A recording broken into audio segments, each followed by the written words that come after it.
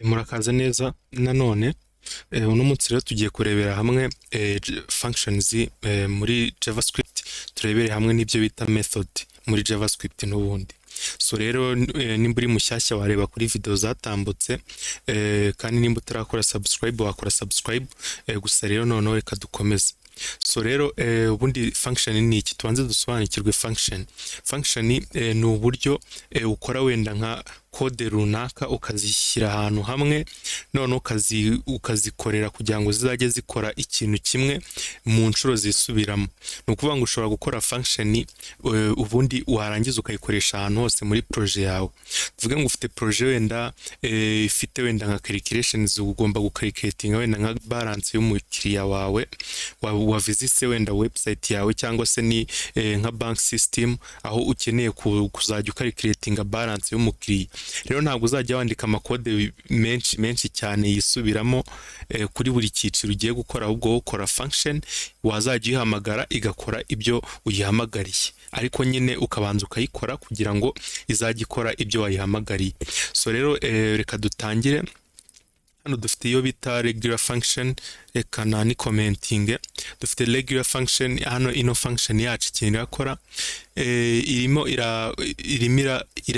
irahamagara indi function gusa iri building bita hello, ifite value bita hello welcome there is the tutorial. Ni ukuvuga ngo rero ino function ikintu iri kudufasha ni cancel. Yo interactinga na cancel, cyangwa se nino terminal ndimo ndakoresha interactinga na terminal session, yarangiza ika providing output ariyo iyi value.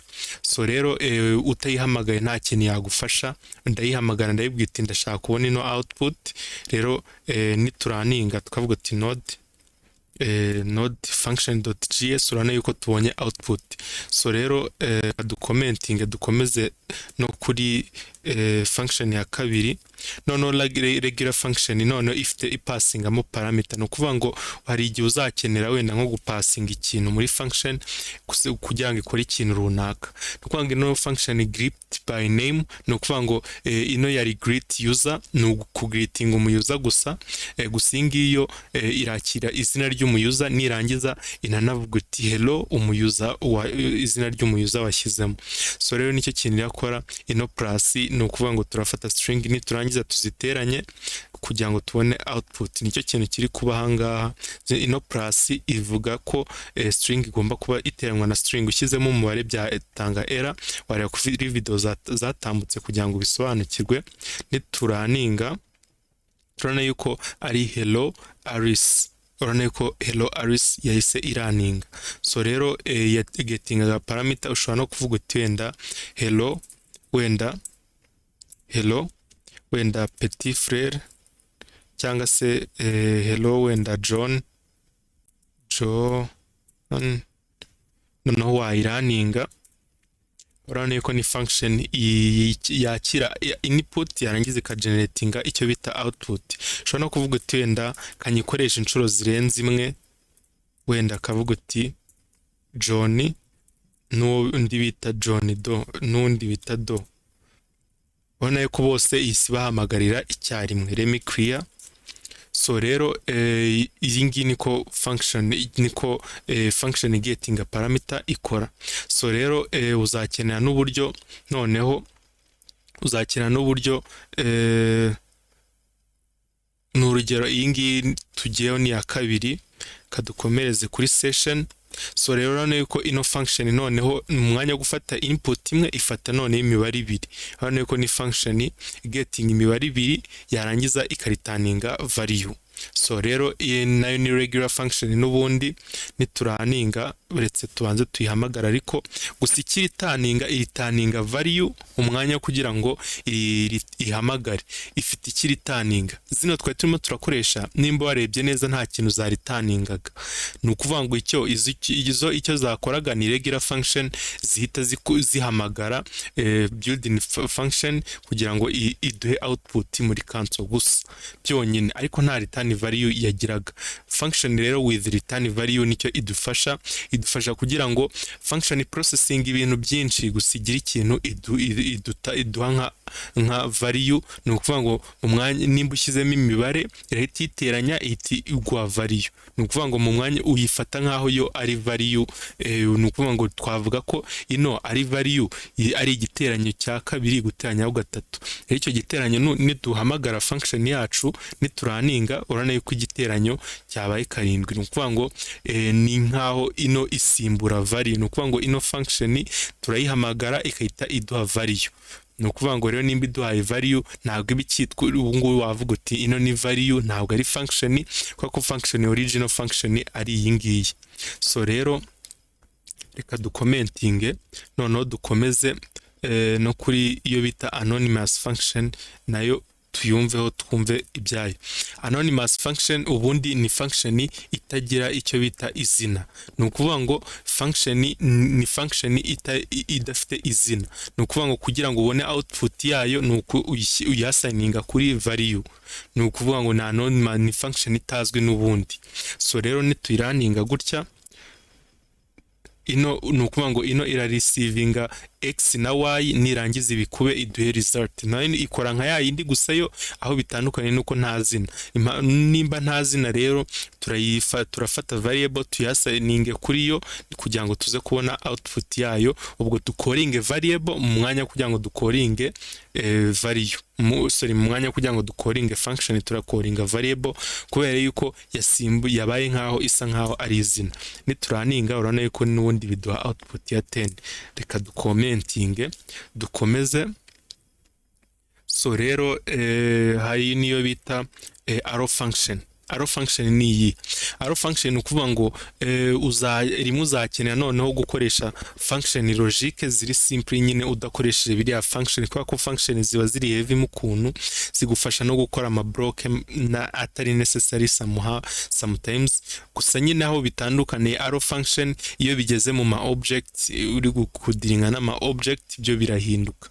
So rero nabyo tuzabirebaho hano. Arrow function ikintu dukeneye kumenya no kuvuga ngo yo itakinga parameter, ntago dukeneye gushyiraho bracket cyangwa se dushyiraho keyword ya function tudeclare function, ahubwo ikintu dukeneye turashyiraho input as n. Ushobora no gushyiramo input wenda ushaka ukavuga uti na input na b iraza kuba ari input. Noneho niturangiza turitaninge ushobora no kuvuga ngo gusa nyine hano uhita ushyiramo bracket kugira ngo nyine ubwire machine neza ibintu igiye gukora. Irarecevinga input ebyiri hano washaka ukahita uvuga uti wenda plus, ukahita uvuga uti plus, ukahita uvuga uti plus wenda ukahita plus b, ukahita uteranya na ya b kubera ko nayo ni input nayo igomba gukora. So rero ushobora no kuvuga uti hano kubera ko tubihinduye katugire gutya, gusa naho kuriya yari gukora kadushyireho wenda nka 2 ni urugero. Ni ukuvuga ngo irafata 6 kube 6 nirangiza iduhe output ni ukuvuga ngo irafata 6 kube 6 iteranyaho 2. So rero niduraninga turabona ko ari 38. Ni ukuvuga ngo yafashe 36 ariyo yari output iteranyaho 2. So rero nicyo kintu ikora, niko arrow function zikora. So rero arrow function ubwo tuzimenye katurebe noneho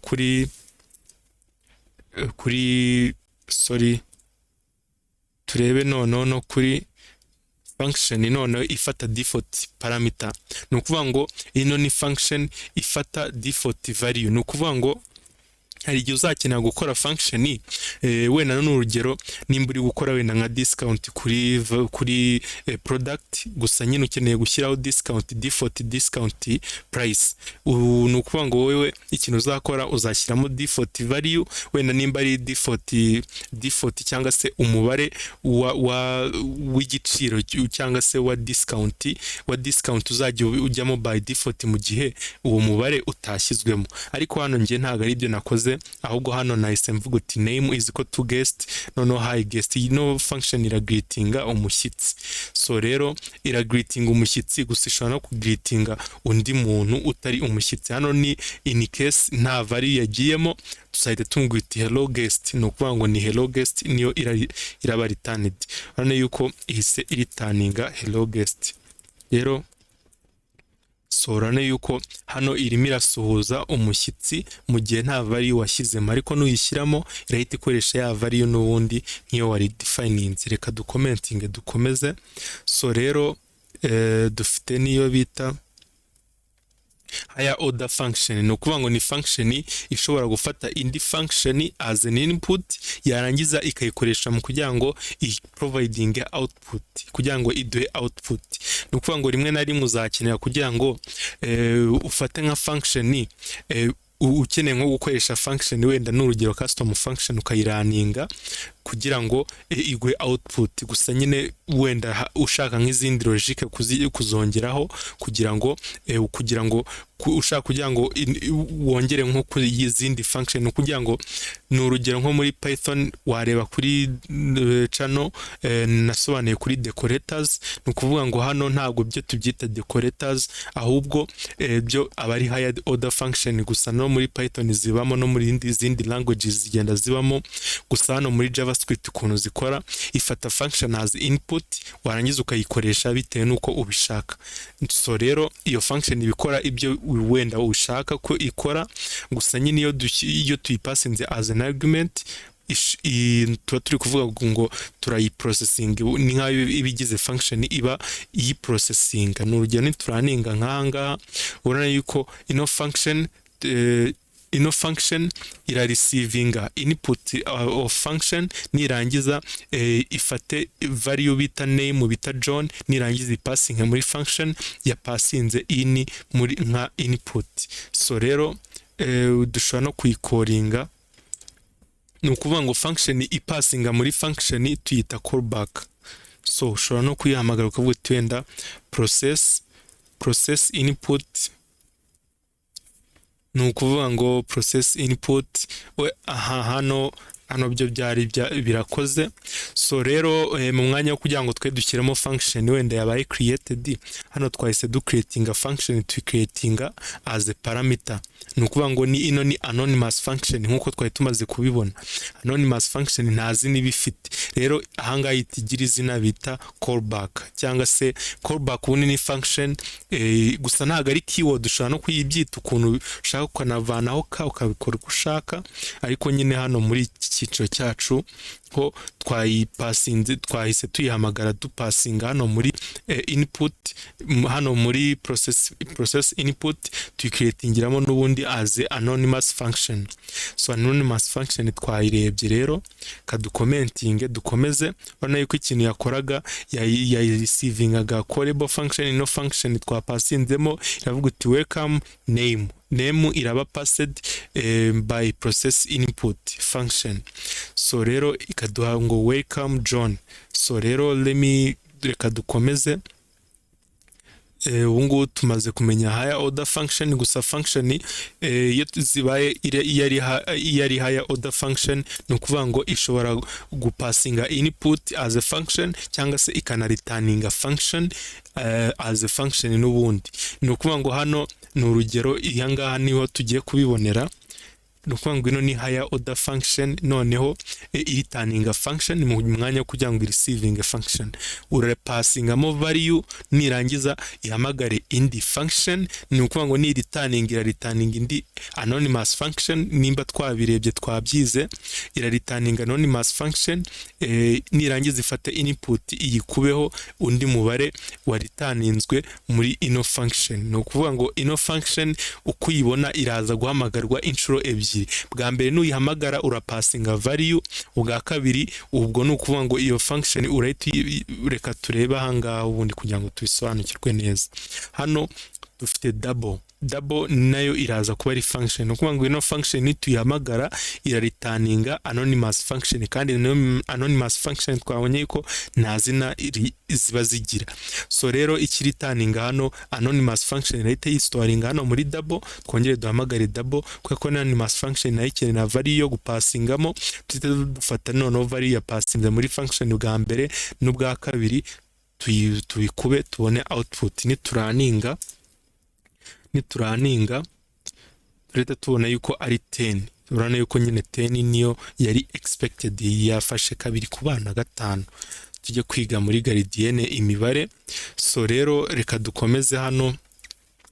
Zakina noneho function, ino function ikintu irakora irafetchinga data, gusa nyine ira receiving icyo bita callback function. Ni ukuvuga ngo ni function ushaka guprocessinga mu gihe runaka. Ushaka no kuvuga utenda icyo gihe nacyo tugipasingemo hano, wenda nka time n'igihe n'icyo gihe tugipasingemo hano. Noneho hano ino naho aba ari time ni ukuvuga ngo set timeout. Twabonye yuko ubundi ni set timeout ikintu dufasha ni ukugira ngo ni nko gukora schedule y'igihe gihe time nyine iri buze kuba ikora, cyangwa se iri bukorwemo, cyangwa se gukora ibintu biri korwe mu gihe runaka. So rero nicyo set timeout idufasha mu gukora delay mu gihe runaka. So rero hano uretse tuyihamagare, nituyihamagara turapasingamo value ebyiri, gusa default wenda kadushyireho wenda default karibu be wenda ari nk'iminota, wenda ari nk'amasegonda. So dushyireho wenda ino bisobanuye isegonda igihumbi, ubundi aba ari isegonda. So nituraninga irategereza isegonda rimwe, nirangiza iprocessing information zawe. So rero reka tugire gutya tuvuge tuti wenda fetch data. Nituyihamagara twapasinzemo function, by default twabonye ko ira delayinga isegonda rimwe 1 2, ubundi ikahita loadinga data is loaded. Niyo message yari irimo iraba passed muri iyo function wahamagaye. So ino ni callback, no kuvuga ngo callback message washyizemo ni data loaded. So rero ushobora no kuvuga uti wenda kadushyiremo wenda, ubona ko ino ni anonymous function, noneho twebwe kanoneho dushyiremo wenda nka delay, dushyiremo wenda delay wenda nk'amasegonda 2 ibihumbi 200. Ubwo ni nk'amatsiyeri buriya niko twabyita clear. Noneho nituraninga 1 2, urabona yuko twise tubona output, ni ukuvuga ngo ni amasegonda 2. So rero reka dukomeze. So rero let me clear, reka tumanuke noneho dukomereza ahangaha turebere hamwe noneho icyo bita recursive function. What is recursive function? Nukuvuga ngo ni function ihamagara function y'ubwayo. Nukuvuga ngo mu mwanya wo kugira ngo duhamagara andi ma function receiving as a callback function twayibonye, ariko hano ho ikintu turakora ahubwo function irahamagara yo ubwayo n'ubundi. Hano ni urugero, hano natanze urugero, turimo turashaka factorial of number. Nukuvuga ngo hano nimba uri gukoresha recursive function, wareba kuri Python nasobanuye, nabirabisobanuye neza, gusa nahanga muri JavaScript katubisobanureho. So function ya recursive function, nukuvuga ngo ugomba kudefininga base case. Nukuvuga ngo ugomba kudefininga ahiragera igahagarara. Nukuvuga ngo udashyizeho ino base case ya if condition, yagumye igahamagara ikajya no mu negative infinity, ku buryo nyine igahamagara inshuro zitarangira. Niyo mpamvu rero ugomba kuyibwira uti base case ahiri bugarukire yihamagara y'ubwayo nahangaha. If n iri identical to 0, nukuvuga ngo n niza kuba ingana na 0 ari integer, kandi turaza kuri turninga 1. Ni ukuvuga ngo hano turimo turashaka factorial y'umubare. Ni ukuvuga ngo factorial y'umubare ni uwo mubare n'ubundi dukuyemo 1. Ni ukuvuga ngo hano ikintu iri kudufasha iri gufata factorial y'umubare. Ni ukuvuga ngo factorial y'umubare turafata uwo mubare turangiza tukubeho n'undi mubare dukuyeho rimwe n'undi mubare dukuyeho rimwe n'undi mubare. Iyo normal function nicyo iri kudufasha. So rero hano ni turaninga urabona ko tubonye 120 akaba ariyo factorial ya 5. So rero ushobora no gushyiramo nawe ukagerageza n'izindi. Reka dukomentinge noneho kadukomereza ahangaha kuri function. Noneho function noneho ihita yihamagara ubwayo. Ni ukuvuga ngo function runs automatically. Ni ukuvuga ngo function ubundi zino function ukuntu bazita